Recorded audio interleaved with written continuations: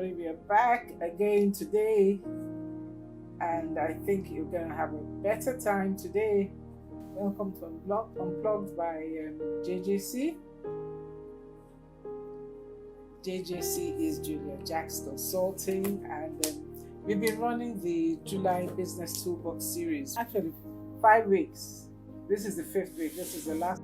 Last week we had a real live edition of being unplugged. We had the experience of being unplugged because we tried so many things to stay online, and we couldn't. But today we've decided to start early, and hopefully our guests will join us very, very soon. We've had something really, really great from one of our guests, Boye Adefila, the marketing coach. He took us on how to sell your market, and he offered us 3 free slots for his flagship program, online program, Marketing Simplified. And we did carry out a quiz. And congrats to our 3 winners, the 3 people who bothered to write in and give us the answers. And those 3 winners are Faith Mogu, Joan Towndown-Nemia, and Ijoma Aguba. Thank you very much for all of you for listening to our program closely, and for also writing in response to our quiz. Thank you very much. But meanwhile, let me say that we're very proud of your desire to grow your businesses, and we wish you all the best. We're putting together a whole lot more for you, and we'd like you to just pay attention, stay on this page as much as possible. Follow us on our social media handles, Facebook and IG, Julia Jack's Consulting. Also follow us on our YouTube channel. We're going to be putting together a lot of practical ways in which you can grow your business. Access to mentors, boot camps, master classes. We're putting all of that together right now as we speak. So please keep an eye out. So when we started this July Toolbox edition, we hoped that it would be engaging, but the level and the depth of the engagement has been far beyond our greatest expectations. And I'd like to thank all of you who join us live and those who join us later on. You know, the energy that you give us just keeps us going. Thank you very much. And thank you for everybody who's shared our broadcast and actually watches the replays. Thank you for the regulars and for the drop-ins. Thank you. We're really so grateful. We're really, really so grateful. So what we will talk about today is your business legal. And our guest for today is going to take us through the legalities, the things you need to do to validate your business, to make sure that you're in compliance, to make sure that you are also going to that you work your vision. If you have a vision to be a big business, then you really would need to do certain things and make sure that you're in compliance with the regulators. So she's going to tell us all those things that we need to do to validate our business. Okay. Yes, there you go. I forgot my. Hey. There you go. There you go. Hi, Joy. Hey. Hello. Hey, how you doing? How you doing? I feel like a winner once again. Yes, you are a winner. Oh, yes, you are a winner. Well, guys, for full disclosure, this is my sister. For those who can't guess how beautiful I look, this is my sister. This is my big sister. This is my big sister, Jerry. You know, but I'm not just doing Mamaji or Parako or doing self-dealing. She is a legal expert, and she is really great at tax and other regulatory issues. Jerry, it's a pleasure to have you today, and also thank you. And after what happened last week, I think I just went to bed and slept. It was so I can imagine. Quite draining, yes. It was very disconcerting because we kept trying, we kept rocking and rolling and trying to get things done. But yes, well, here we are. Hey, DSA, we won. Tony. Yeah, here we are. So I was just thanking everybody, and I'd like to just take a minute and thank all our guests on this July Toolbox edition, because you guys have been just fabulous. We started with the Beam Seminary, and then we went to Ifoma Igbono, then Boya Defila, capped it up with Marketing Made Simple. Today we have Geraldine Oku, and then to round up later this week, we have Ife Ibitoku. So Geraldine is going to take us through, is it legal? I actually had it just to make myself happy. I said legalize it. You see that business, legalize it. Legalize Don't it. criticize it. And Yes. don't criticize it. Especially when you don't grow. Legalize Yes. it. Legalize it. So Jerry, let me start off from where we kind of started. Yes, good morning, DSA. Good morning. Hey, boy, yes. We are here. Yes, you remember her. She was one of those that kept you up at that party. Mm-hmm. Oh, yes. Oh, yes. Oh, yes. Yes. So, Jerry, like I said last week, Thursday, our focus on Unplugged are usually the MSMEs. And I did ask you, hi Osaze, welcome. I did ask you, what would the Bolicella, do they have anything to do with, is there anything that they need to do? Because I want to take it sequentially. Do the Bolicellas, the shoemakers, the fine artists, the person, okay, not shoemakers, but the people who design shoes and try and elevate it to a higher level. Do they have anything? And when I say Bolicella, there's a great lady here called Maliski, and she does boli and fish, and she is really famous. She's not playing in the little league, but that is what she offers. So at that level, maybe the micro and small, what are the things that you have to do legally to validate your business? Okay. Before we move to the micro level, to the small.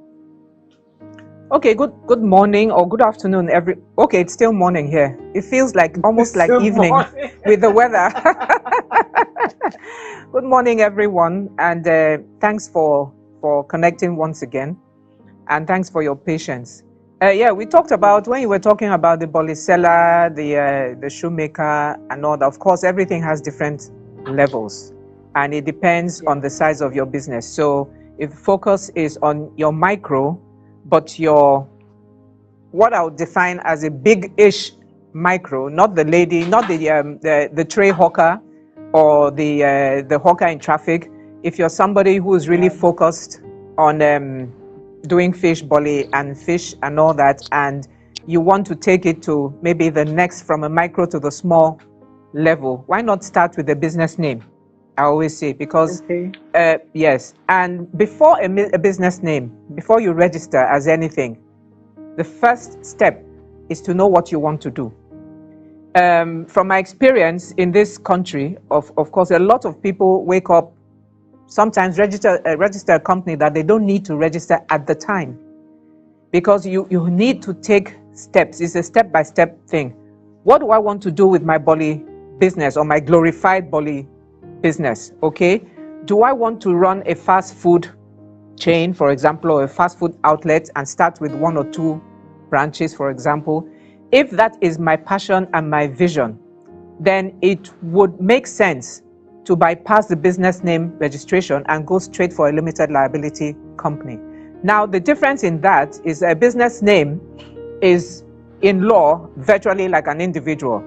So your ability to raise your capital, your ability to fund your business, fund your vision, is a lot less possible than the ability of a limited liability company to attract and keep funding. Now, when I talk about funding, yes. So it is best to reprise. Sure.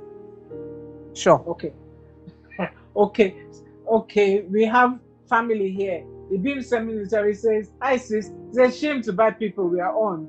Shame to We buy are all people.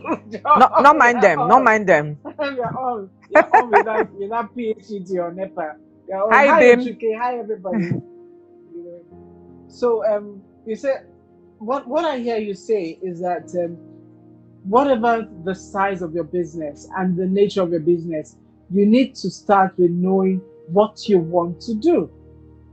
You That's understand? critical. How big Yes, is your vision or how small is your vision? that's right. You know? So if you have a goal to be really big, the business name could be a good place to start, but know that it would limit your ability to get funding, right? Not Maybe attract necessarily. investors. It depends It on the nature may. of the business. Yes, it may. Okay. It It may. may. But Okay. if you have Okay. the wherewithal, for example, if I want to open a fast food business in Calabar, Okay. okay, I may look at my available capital, i.e., my own purse, starting with myself. I may look at you, how well is Julia going to be disposed, for example, to supporting my business, and if she's not disposed, Hello. I may look at other members of family that are close to me, because sometimes that's the first Yes. port of call. Okay, now Yes. if I can get that funding, source that funding from my own means and from family and friends, I can actually go and do a business name, start with a business name, and I can attract funding from a microfinance bank. Microfinance banks are Okay. actually set up to fund, micros and raise them to small. But if my overarching vision is to really go big, like do the entire Cross River State and perhaps come to Port Harcourt River State and all that, then I can give And myself a Akwa Ibom, timeline. yeah. Exactly. I may say, okay, I'm going to operate as a business name for about 5 years. And then after that, I'm going to scale up into a limited liability company and then look for my investors, look for bank or other lenders and all that. But it's always best to have a plan, think your steps through, and not just jump into the pool of, oh, Julia's doing a fast food, she has a fast food chain, so I'm going to do it too. Supposing I don't have the skill to do it or even the vision, what's going to get me out of bed to go to work, for example? If it's not going to get me out of bed, then why am I going to get funding that I can't pay back because I don't know how to run the business? You understand? So Yeah. vision very key. Key. Vision extremely key. Passion Yes. extremely key. Yes. Because something has to keep you moving. That's right. Like when we got locked out of the cyberspace last week, something had to keep us moving to know that we needed to get this done. That's right. Yes. So okay. So now we move to the small and the medium. I think medium is up to 100 staff. When you have like 100 staff, you're still medium. That's what they say. Yes. I think so. Yes. Yes. That's about 100 staff. Yeah. Okay. Although, may I quickly note here that in the COVID-19 era, 100 now may just be a multinational company, because most people have gone digital, they've gone offline. A lot of people are struggling with laying off staff, with paying off staff. A lot of staff are becoming redundant. So those definitions will definitely change. Okay. Yes. That makes a lot of sense. Now, let me just still put my finger on that point of registration and ask. A lot of people, we're trying to do as much as possible at a distance. So is it possible for me to sit in my house with my computer and register my business name? Is it possible? Yes, it is possible. The CAC, i.e. the Corporate Affairs Commission in Nigeria, which has the responsibility of company and business registration in Nigeria, actually does have a search engine that you can go on, an online site, and I can give it to you. It's services@cac.gov.ng. So I can give that to you. Julia will give that to you later after this program. Services at cac.gov.ng. Okay, we'll put that on. So, okay, great. So, when you go there, it actually takes you step by step, from a business name search, because you can't actually register a business name that sounds or could pass for somebody else's business name. Otherwise, you could be liable for what they call an action in passing off in law. So you must do a search and give them, forward like 2 or 3. I like to do 3, just in case. Once you clear that, there are forms you can also download. The problem with going online is that it takes you to a certain point beyond which it ceases to be totally helpful to you. So you can go online, get to that point, and then engage the services of a lawyer. I'm not touting my services, so please. But engage the services. A junior lawyer or somebody who knows their way around CAC registration points can actually take up the baton from you from that point and then just finish your registration. For a business name, the fee for name approval is 500 naira. For total registration cost, including your bank charges, because you have to pay by bank teller, is about 11K. So total 11,500 naira. You can get a business name registration with your certificate and a lovely number at the corner, top hand corner of your certificate, which you can put on your signage and all your stationery and feel good. Now you're visible. Okay. For that, a limited, that validates your business. Yes. For a limited liability before you go on, company. You talked about passing off. Sorry. You talked Yeah. about passing off. I don't want us to run away from that. What does that mean? Passing off. Well, it simply means that if, for example, you have a business name, your business name, Julia, let's say Creek, you are the creative person now, so give me a name. Creek Tree Services Limited.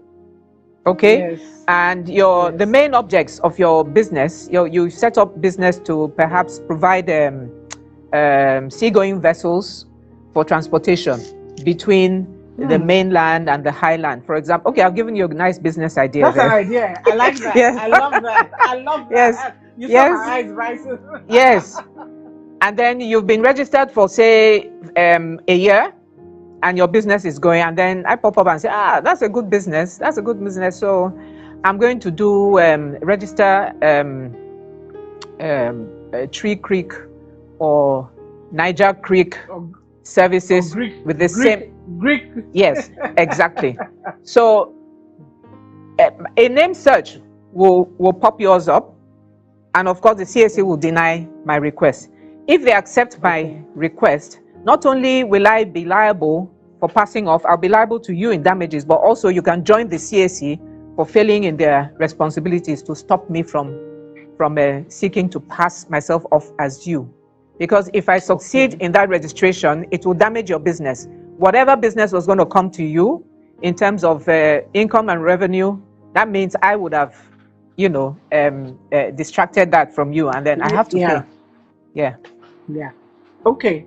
I mean, that's another very good way of protecting your business.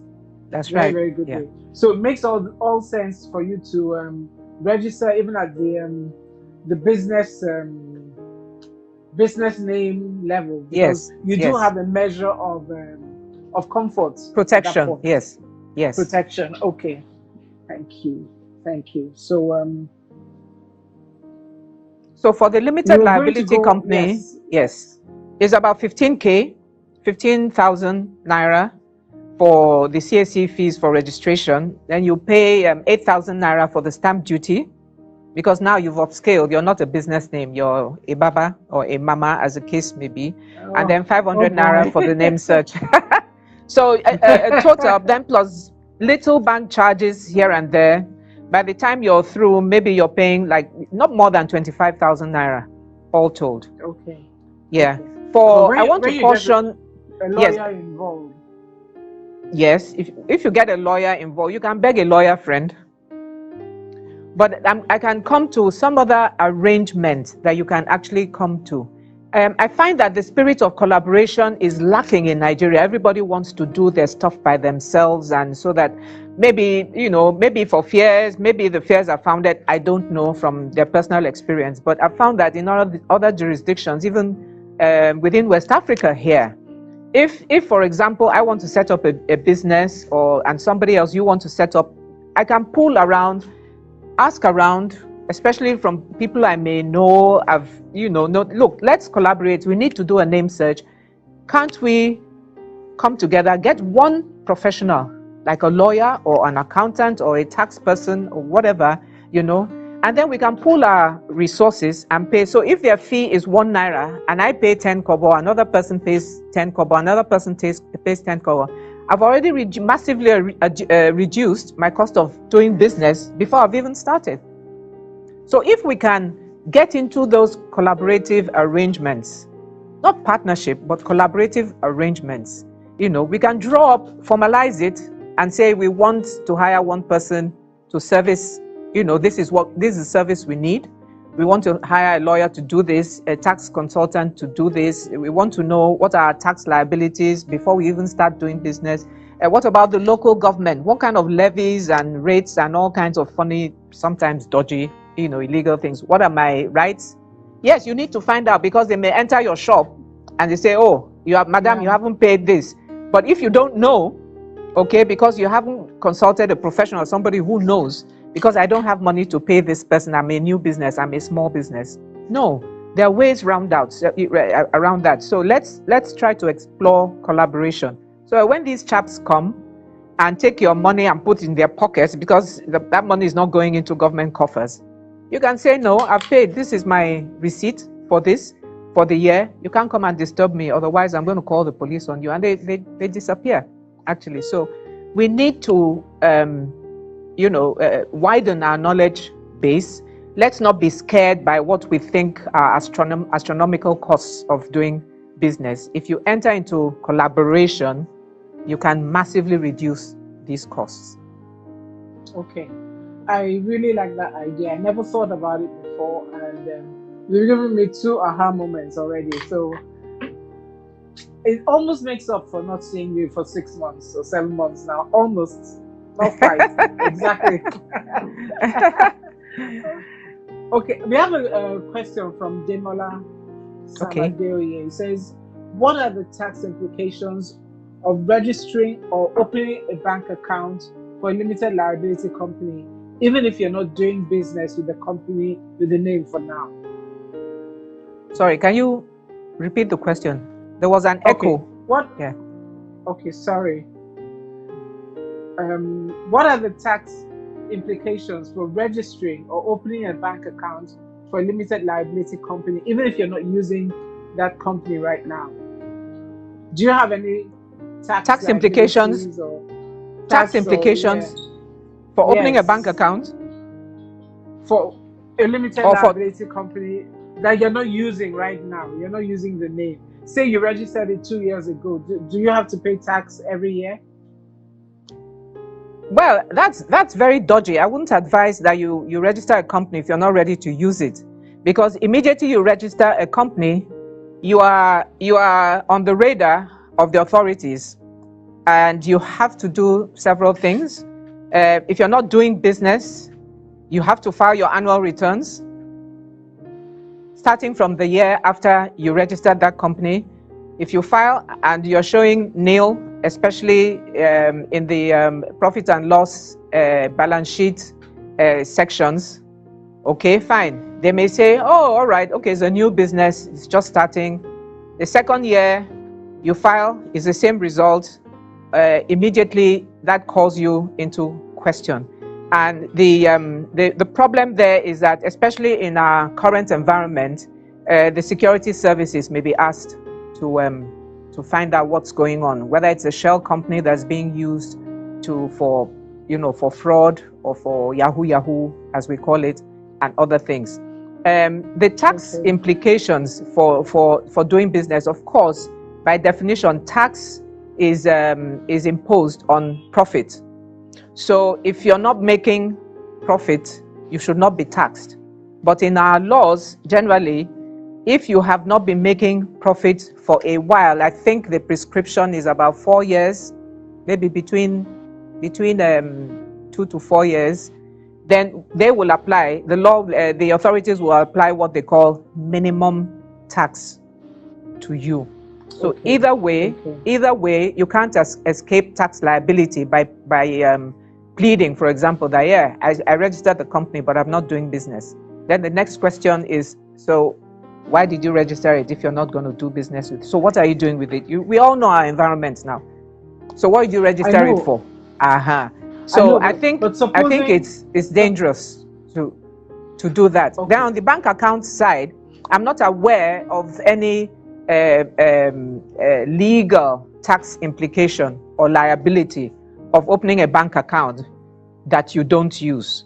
I do know, as a former banker, that if your account is not used for a while, whether you're an individual, a business name, association, or company, limited liability company, it's going to be rendered dormant. And after dormancy, if you want to reactivate it, they will show you the steps to reactivate. So that's that on both counts. I wouldn't advise. I strongly recommend that if you're registering a business name or a limited liability company, please get ready to use it. Please. Okay. Now, what if I want to stay on that because I'm also on that lane.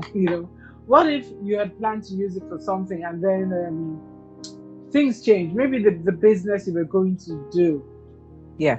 Things shifted in that business, policies, anything. Maybe even the business partners you were going to use cut out on you, and you couldn't.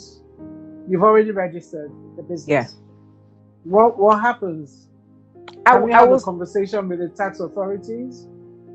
I will suggest that just keep filing your annual returns, even if it is nil. There's also a section to explain, give some kind of skeletal explanation as to why you're filing nil, in your P&L, in your balance sheet and all that. I would say so, but as soon as possible, because we have to be responsive.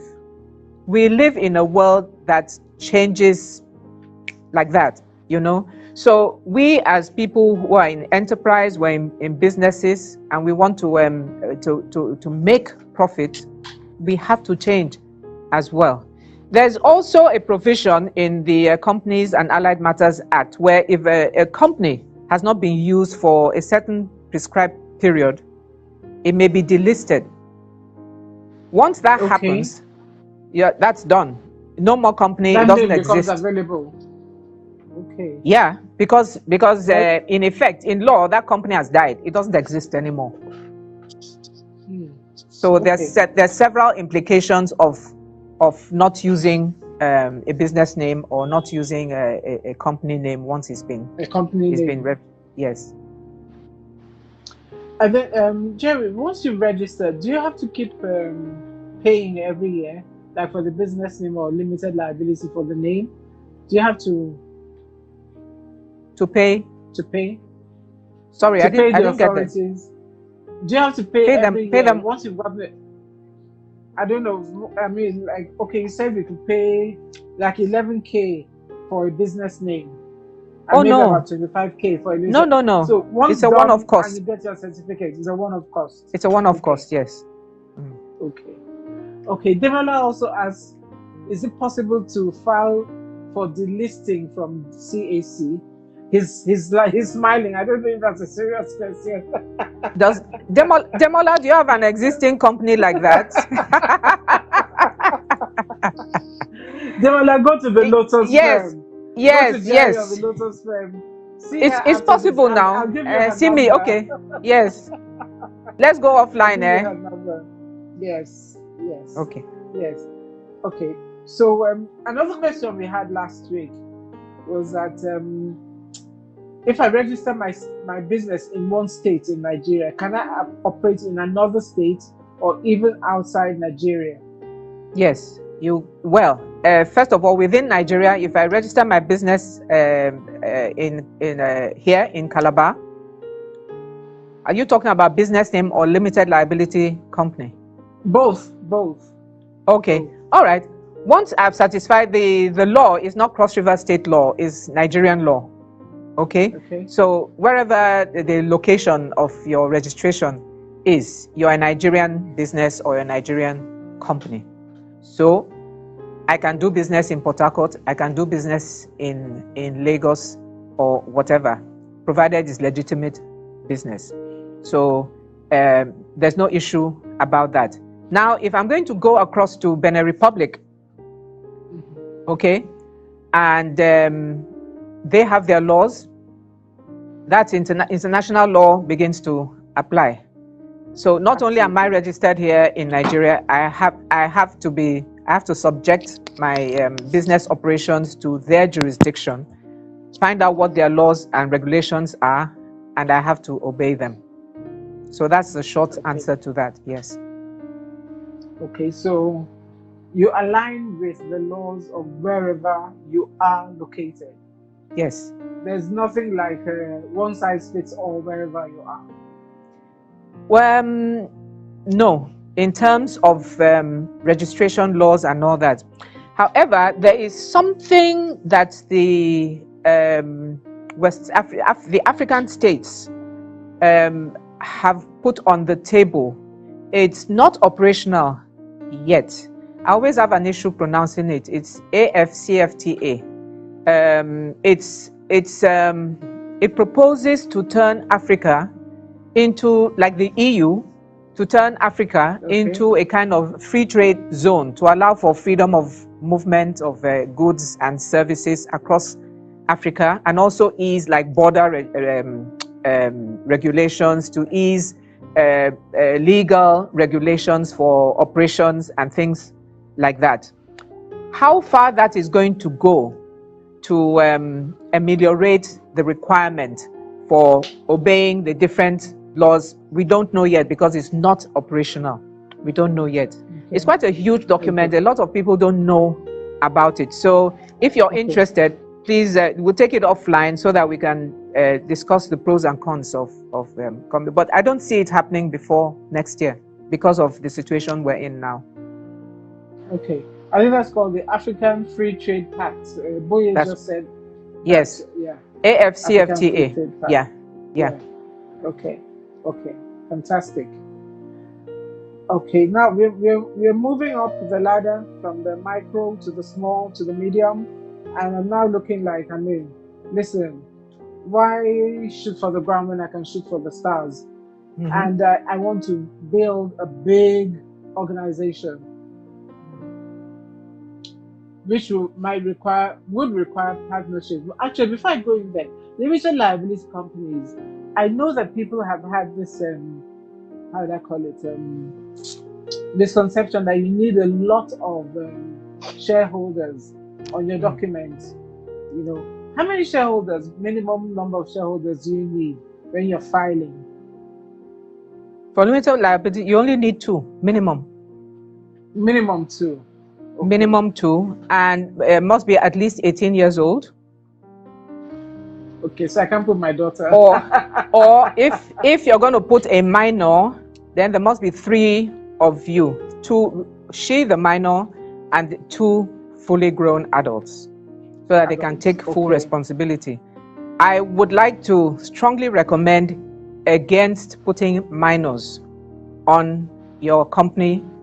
And this is the thing, a lot of people thought in the past that they could, bypass certain restrictions by putting minors. So this requirement of at least 18 years old is a fairly new requirement of the law.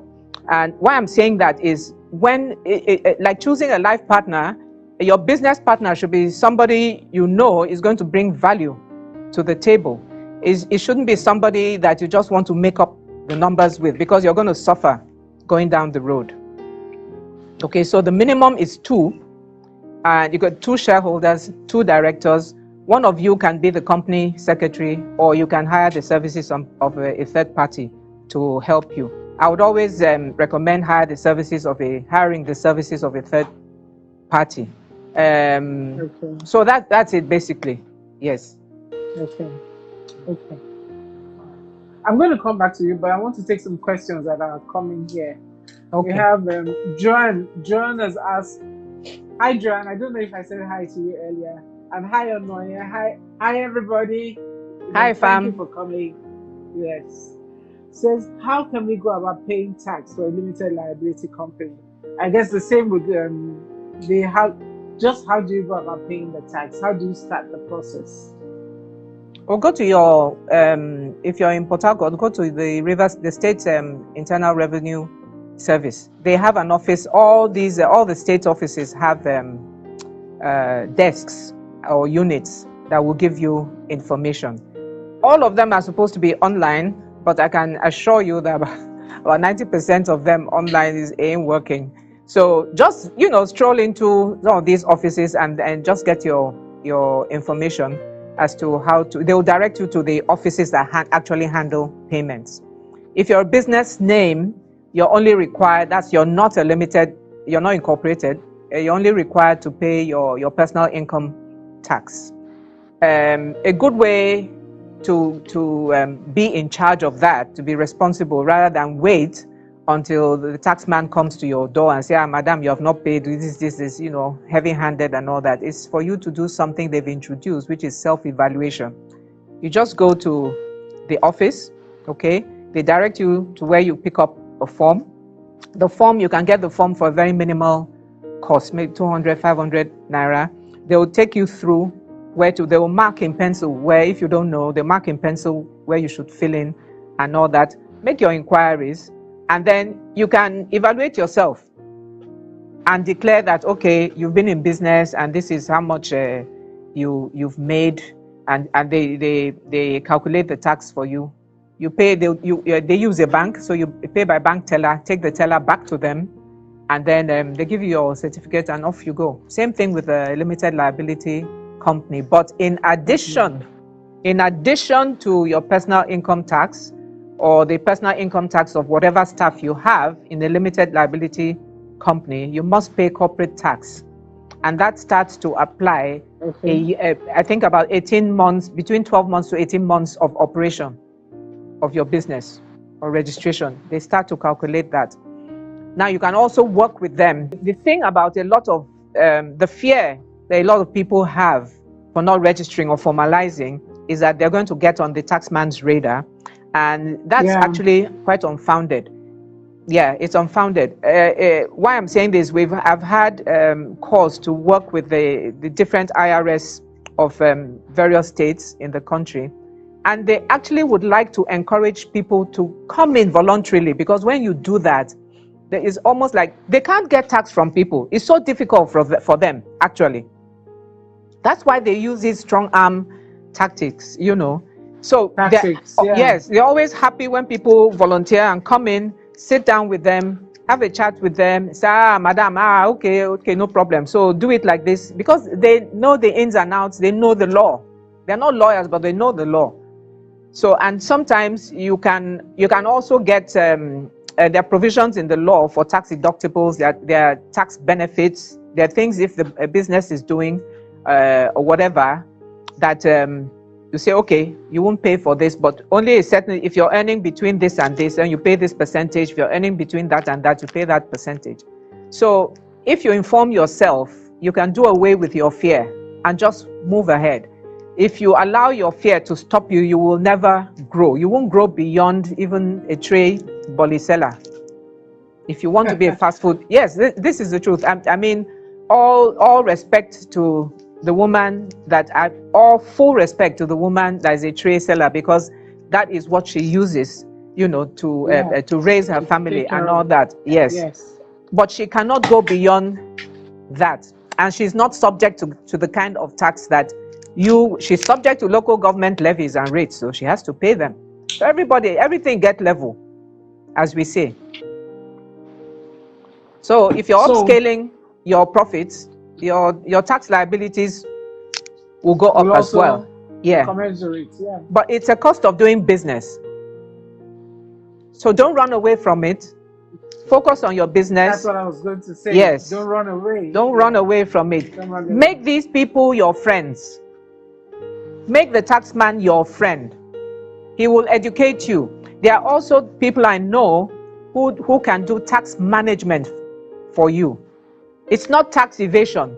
They will tell you how to operate your accounts to manage your tax legally. So it goes back to that collaboration. If there are about 5 of us who need that kind of knowledge or skill, we can come together and say, okay, who can do this for us? Oga, how much are you going to charge? Or madam, how much will you charge to do this for us? Okay, you negotiate. And if they're charging 20K or 50K, and we all take a chunk of that, bite-sized chunk, yeah. Yes, your cost of actually getting a business skill is massively reduced. But Jerry, if I'm in Port Harcourt as I am here in Calabar, Nkechi is in Lagos, and we want to do, how do we centralize this? Because I know that every state wants their own bit, and we should pay our taxes. I mean, we must pay, So how would we get this done? Or does it work better if we are all in the same geographical location? Then we can pool our resources for the tax consultants, perhaps. Is it to pay the tax consultant to tell you what to do? Yes, or legal. Oh yeah, easy. We are all online. Even payments are online now. So if 5 or 10 of you are hiring me to do some work for you, and I'm charging you, I can sit in my house, do the needful, and give you my account number. Everybody can send the money to my account in Calabar. However, that's not a problem, and I'm quite open to that, guys. So keep it coming. But you in Port Harcourt must pay your tax to the Federal Inland Revenue Office in Port Harcourt, and your state tax to River State. Nkechi must pay hers to Federal Inland Revenue as a limited liability company only in the FIR in office in Lagos State, and then this Lagos State IRS for state tax. I must pay mine, accordingly in Cross River. Cross River. Yes. Okay, we have a comment from Mine. Mine says she would appreciate a contact because she would like a tax manager. Mine, I'm going to send you Jerry's number after this so you can talk to her. Okay. Which mine is this? Thank you. So, mine. Yes. The same mine.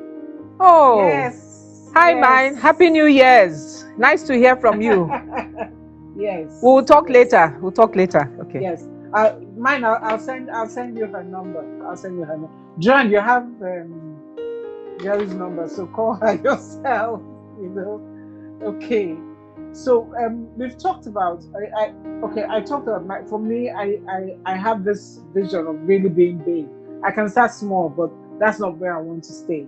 And I'm looking at a lot of people like to do mom and pop stores. Mom and pop businesses. Even starting from the business name, a mumble jumble of my name, my husband's name, and all our children's names, etc. That is a conversation for another day. When I take in on branding, you'll understand why that doesn't work. Unless your name, you can build your name like a Chanel. You understand, and make it work. It work. But when we're going to attract more money and get other people on your board, there is this fear. I know, I've seen other people refuse. They stay small and they say, how do I call it? Within that family unit, trying to be a big business, but they're refusing to get with other money in because there's this fear of loss of control. Yeah. Can you speak to that? Is there any way in which we can have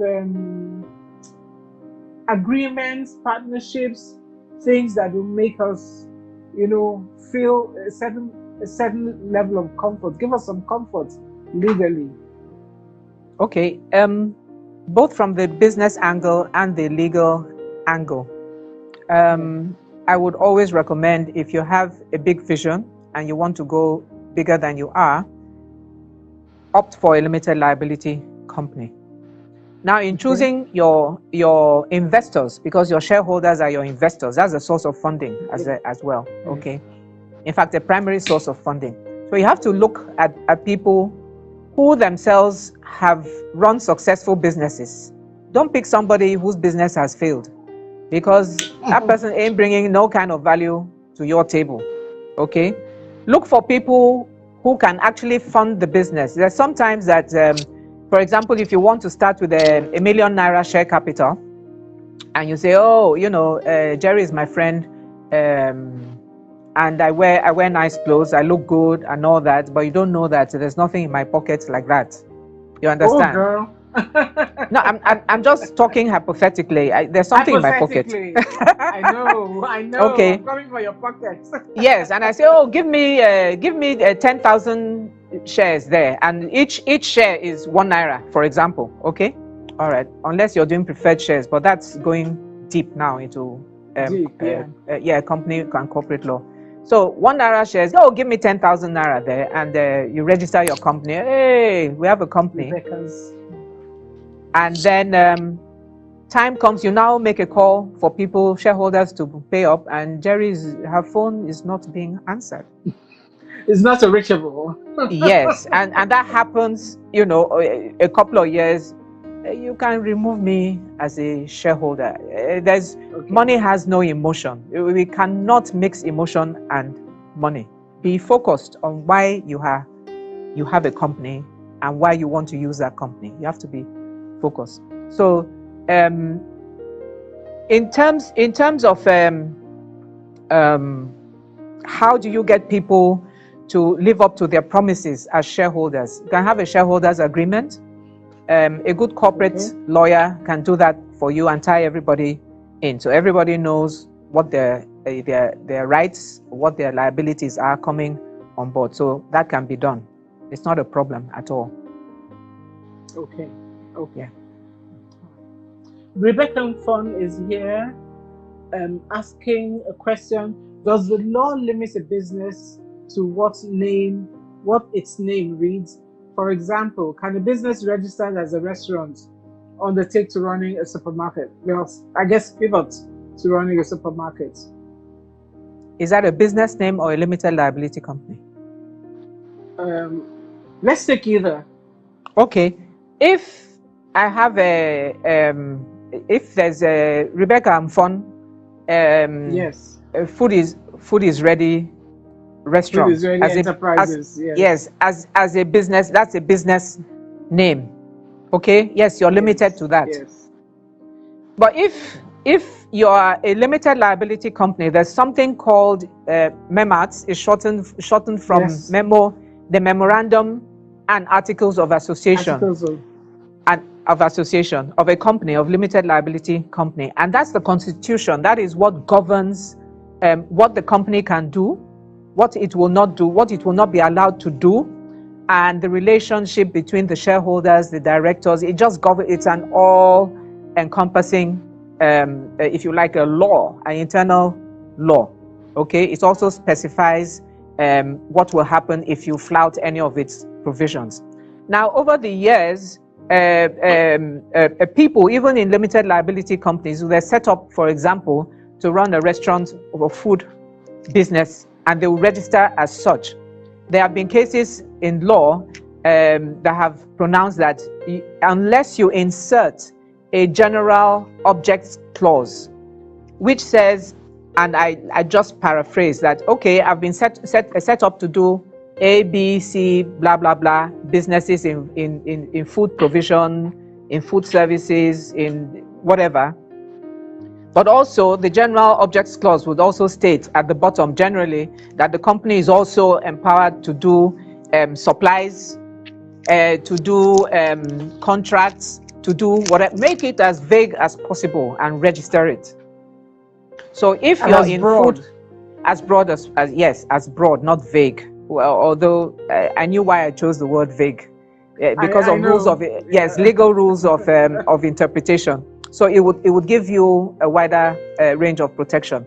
But anyway, that aside, so that enables you to do in law virtually anything, but you cannot register because of a general objects clause, and the thrust of your business is to provide food services, goods, supplies, whatever, and say, okay, you're going to register an airline and start flying between Lagos, Calabar, and Abuja. You can't do that. You cannot. The law will not allow you. The authorities will not allow you, because that is now, you're now going to the realm of the ridiculous. So generally, if there's a case in court, the court will tend to interpret that general objects clause as that you can do something that is ancillary to your main focus of provision of food supplies businesses, ancillary to that, or something that would enhance that. So floating an airline like Cali Air is not going to help you. Is totally no. Off center. Yeah. Yes. Totally off center. Yes. Okay. So when you say ancillary, that is all within the same kind of business. Yes. For example, right? if you have if you're setting up a keke, you're acquiring keke or motorbikes, to deliver food, especially in the era of COVID now. Most people are not going to sit outs or restaurants, to deliver food. You take the orders and you deliver food. Yeah, that is clearly ancillary to and will add value to your main business. Okay, we have a question from Titi Layo, and she says, if you live in the diaspora and you want to set up a company in Nigeria, what are the legal implications of that? The implications are that you have to register a business in Nigeria to enable you do business in Nigeria. And that comes with all the responsibilities that you have, that we've discussed previously on this program. Responsibility for your payment of tax, your annual returns, every single thing that the law in Nigeria requires. It's the same thing anywhere in the US, in the UK, anywhere in this world. You must abide by what they prescribe. Otherwise, you don't legally exist. And if you don't legally exist, that comes with penalties. Okay. Yeah. So if you're abroad, I would advise, get somebody here. If you know somebody here, a professional here, a legal professional, to take you through to do that, for you. Jerry, I think you're going to, I'm thinking of an income stream, and for you right now, I think you're going to have to see how you can break this thing down into an ebook, how to make it simple for people. Okay. Yeah. Okay. Yeah, okay. Make it simple for people. Yeah. Yes, because a lot of us want this information, and we may not always have the opportunity to talk to a lawyer. And I can tell you, for a lot of SMSCs. Anyway, you know what I mean? MSMEs. MSMEs. Actually, approaching a lawyer can be a terrifying thought. You understand? I'm not terrifying, am I? Not you. Yeah, yes, you are terrifying. Yes, no, I'm not. Don't mind, Julia. So it would be good to have something that we can refer to a lot. Refer to. Okay. So partnerships. Okay. One of the things one of our goals for Julia Jacks Consulting is to try and build our ecosystem within the South, to a large extent. And of course, throughout Nigeria, we want to try and help people migrate from just being contractors and small business owners to building a robust private sector. Because when you have a robust private sector, you can actually, all of us, we make a bigger pie. You understand? We don't have to be at the how do I call it, beck and call of government. She says corporate law for idiots ebook. Oh, Ibim, yes. I'm calling for idiots. Ibim, you just it passed through my mind, but I'm thankful that you are the one that mentioned it. I know they. Okay, so we want to see how we can make a bigger pie, have a more vibrant private sector, not be so dependent on government, not be so dependent on politics, not be so dependent on the oil companies. And these things I'm talking about are the common threads you see in the Niger Delta, in the South. There's a lot of economic activity in the Southeast, right? But I'm not even sure we are bringing it up to scale. So this is how we want to support businesses to know more so that they can do more and not see the tax as, oh, this is just a waste of time. Not see, okay, let me just stay in this my little corner and do what I can do, you know. So my question is still the same as the other question. How can we encourage collaborations and partnerships that are as watertight as possible and deliver on the promise? I'll give you an example. A lot of the creative entrepreneurs abroad, let's say Chanel might have a Karl Lagerfeld coming to be the creative director. Karl Lagerfeld is a brand on its own, right? And it comes to work for Chanel. I don't know if that happened, but I know they keep doing those things for each other. And there's no loss of brand equity for Lagerfeld, and there's no loss of brand equity for. So how can we do these things? How can we get to a point where we can collaborate and see the value in these collaborations? People have fear when they don't know. This is not legal, but I want to tap. But as a business, yes, as a business, people have fear about things because they lack knowledge.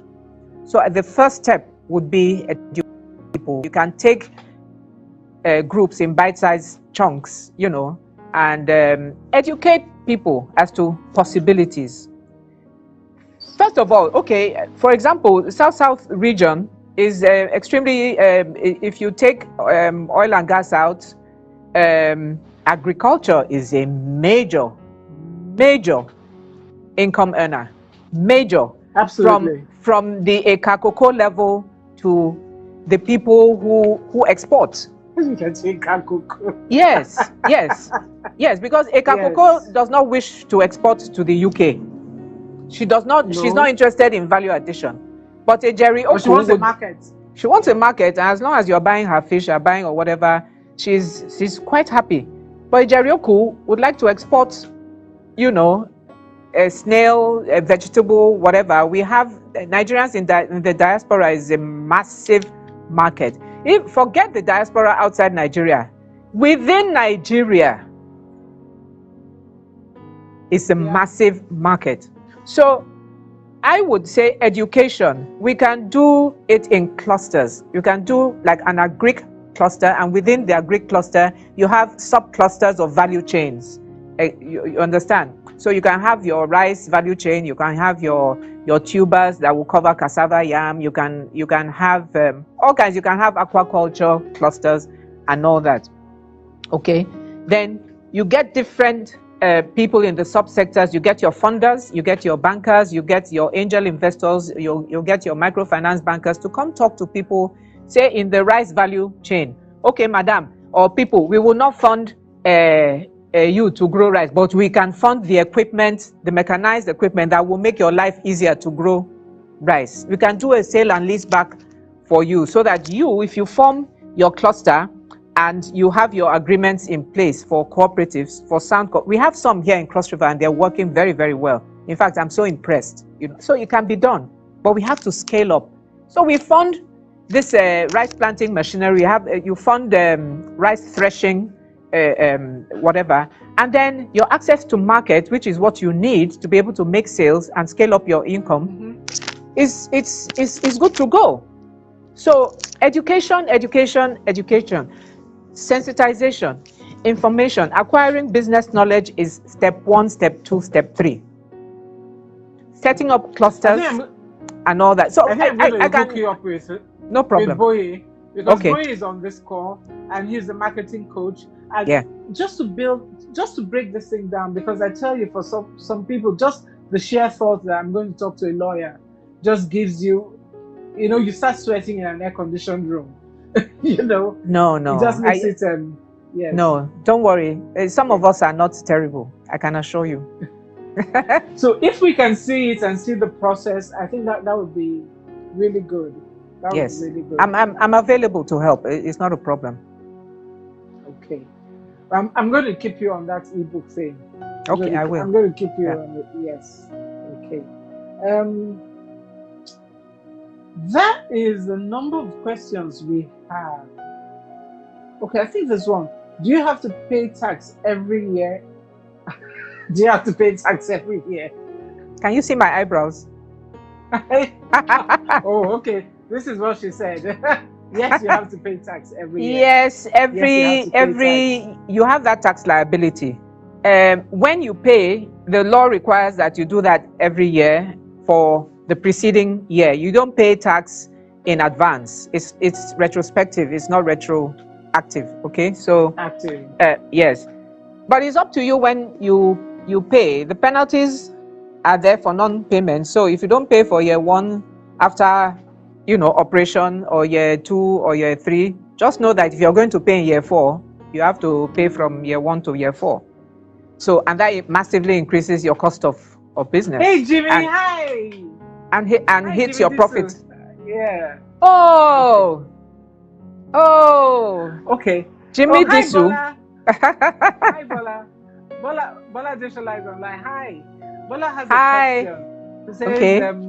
aren't there tax exempt structures such as for pioneer status?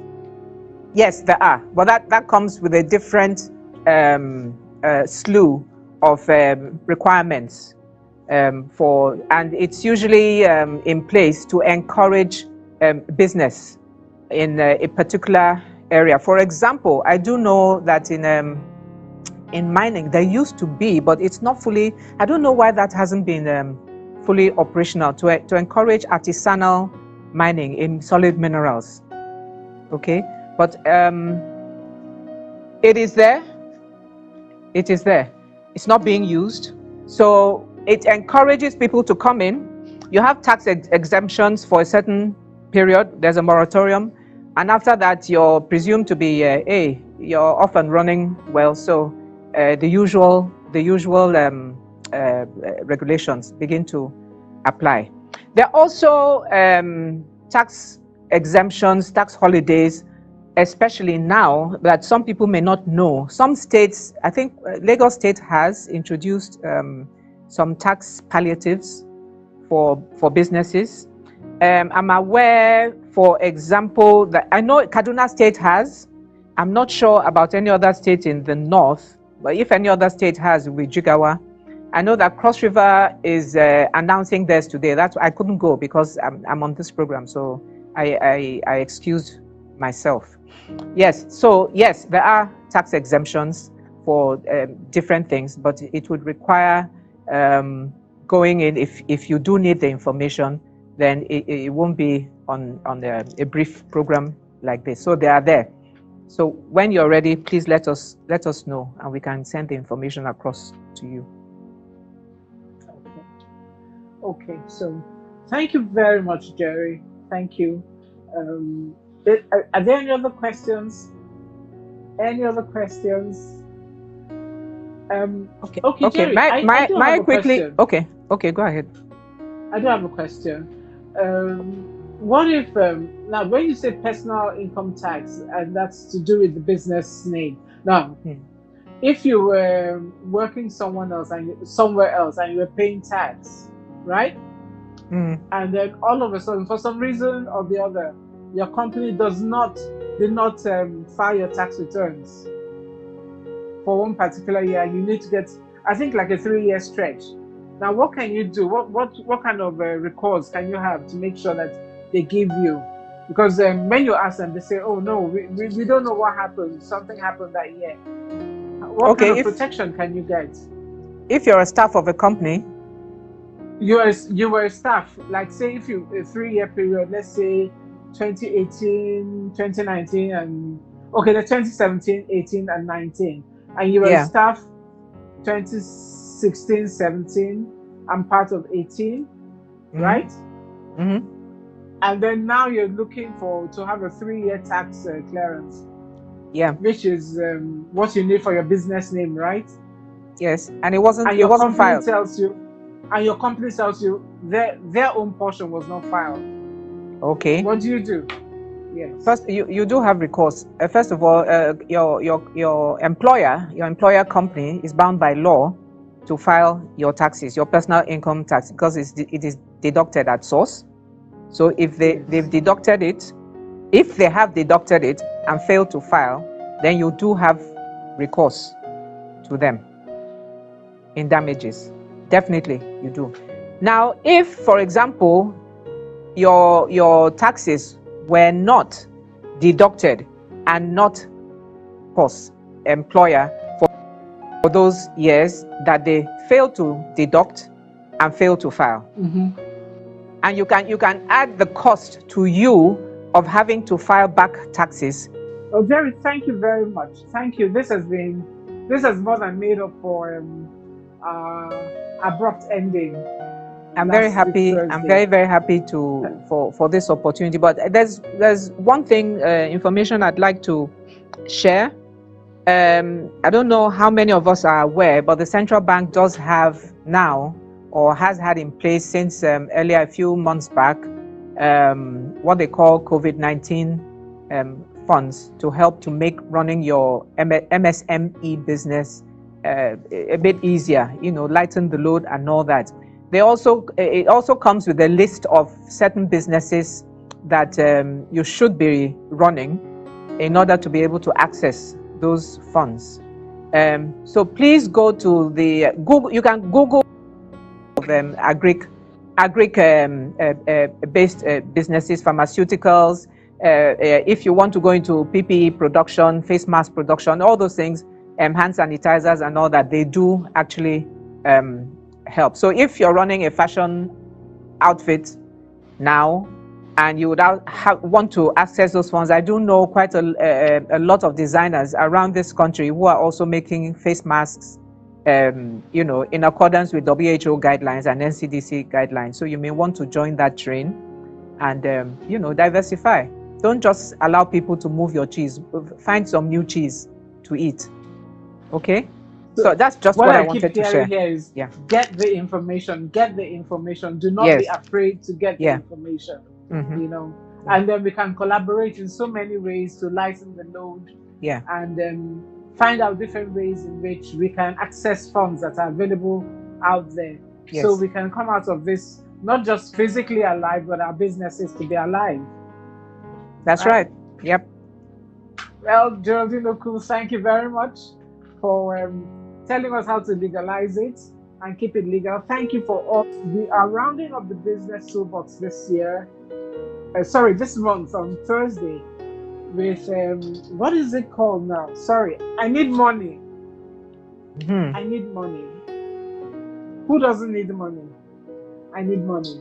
Please come and watch us 11 o'clock on this channel. I need money. But like I said, also please keep checking us up. Follow us on in IG and Facebook. Yusi is here cringing like I'm not saying to the script, but please follow us on Instagram and Facebook and on Julia Jacks Consulting. We also have a YouTube channel. We are populating it right now. Like us, and send your questions coming. We are also going to get a whole lot of. Jerry is going to write her ebook now, and she's probably going to work with a marketing coach on this, and then probably with me as well. Maybe I'll get in there. But all we want to do is to make things easier, more accessible to you, and let's bake this bigger pie. Let us run businesses. Let's run big businesses. And if we're going to get big contractors to the oil companies, let us run it in such a way that we are like the Schlumbergers. Yes. So that is what our goal is. Thank you very much. Please join us on Thursday, 11 o'clock same time, here on this Facebook Live, Julia Oku, for I Need Money. And that will bring our July Toolbox edition to an end. Thank you, Jerry. Thank you once again. Great seeing you. Thank you. Thanks, Thank you very much. I didn't know you were there. Yes. Thank you very much. Who came in. Yes. You're doing an amazing job. Amazing job. An awesome job, Julia. Keep going. We'll support you. Thank you. And nice to see everyone that I haven't seen in years. Yeah. Hi. Yes. Thank you, everyone. Take care. Thank you. Bye, Thank Jerry. you. Bye-bye. Bye.